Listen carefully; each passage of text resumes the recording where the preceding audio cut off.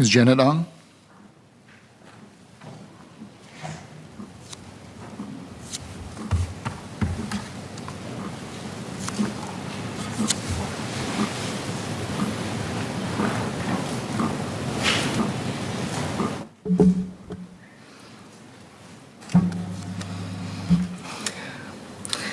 Mr. Chairman, trade and connectivity has been Singapore's strategic focus to ensure we continue to be relevant on the world stage. I have 4 points to make in the next few minutes. Number one, Singapore as a key node in the global trading network. Digital and green are two S-curves that will continue to disrupt economies and societies. It is right that digitalization and green are both big agenda items in Budget 2022.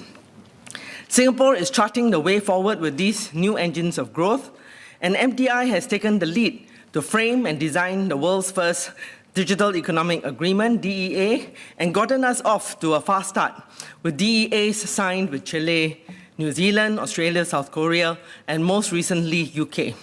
Even China has expressed interest in joining. On the green front, Minister Grace Fu and the team played a key facilitation role at COP26, getting the world to agree on high-level talks to operationalize Article 6, which covers cooperation among countries to meet their emissions reduction targets, including through international carbon markets. So the industry is appreciative of the government's efforts for keeping Singapore front and center on the global stage. Meanwhile, we are seeing the weakening of the rules-based multilateral trading system and increasing disregard for WTO rules. At the same time, we saw the escalation of unilateral and protectionism measures by many countries in their response to COVID-19. And there's the war in Ukraine and its implications on supply chain disruptions and escalating energy prices, which Minister Gan took us through the other day. Can Minister MTI give this House an update of the way forward and what might be Singapore's playbook for Singapore's trade and industry? Can Minister also share MTI and EDB's strategy to accelerate and expand Singapore as a key node in the global trading network? Now to my second point, Skills and Talent 4.0. With the digital disruption and the impending green disruption, everyone needs new skills and competencies. I believe that companies' industry-led reskilling of Singaporean workforce is the way to go. I've got two proposals. One, industry training industry.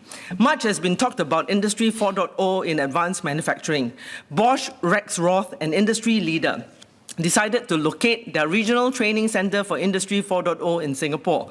They partnered with Singapore Poly and co-launched the first course in 2020. To date, about 56 companies have participated with 165 of their staff trained, and I applaud Bosch Rexroth for stepping forward to help themselves and the industry, and in so doing, get staff retrained, reskilled to be up to speed in Industry 4.0. Another notable example would be Google's participation in Skills Ignition SG to train digital skills. We need more queen bees like these to come forward and work with our IHLs. Our economic agencies who have the best relationships and have the most influence with the queen bee companies are in the best position to programmatically scale up our skills and Talent 4.0 initiative. Can Minister share how our government economic agencies may support with carrots and sticks to strongly encourage the queen bee companies, MNCs and LLEs to invest in our people to get to Skills and Talent 4.0? It will be a win-win for all. The second proposal is to leverage TACs to strengthening the workplace learning ecosystems. When COVID broke out, SBF Foundation, together with 7 TACs, launched the Industry Compassion Fund to support employees in their respective sectors who are having difficulties. It's a charity begins at home approach. During COVID, SBF also played clearinghouse for migrant workers from one company who cannot keep them to be matched with another company who needs them.